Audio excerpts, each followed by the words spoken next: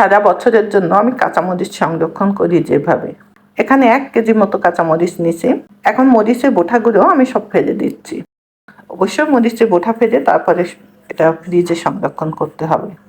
মরিচের বোঁটাগুলো ফেলে নেওয়া শেষে এবার এটাকে খুব ভালোভাবে ধুয়ে নিতে হবে।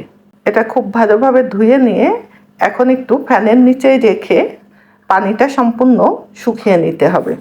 পানি অবস্থায় এটা ফ্রিজে রাখা যাবে না। তা আমি খুব ভালোভাবে এটা ধুয়ে নিচ্ছি। তারপরে এটা ফ্যানের নিচে আমি রেখে দিয়েছিলাম 2 ঘন্টার জন্য। একটা পরিষ্কার কাপড়ে পরে আমি ছড়িয়ে তারপর 2 ঘন্টার জন্য রেখে দিয়েছিলাম। পানিটা যখনই শুকিয়ে গিয়েছে তখনই আমি এটা একটা পলি ব্যাগে উঠিয়ে নিয়েছি এবং মুখটা বেঁধে আমি এভাবেই ডিপ ফ্রিজে রেখে দেব। রান্নার সময় যখনই দরকার তখনই আমি বের করে তরকারি কিংবা ভাজিতে দিয়ে থাকি। এতে করে মরিচের কোনো প্রকার কালার নষ্ট হয় না।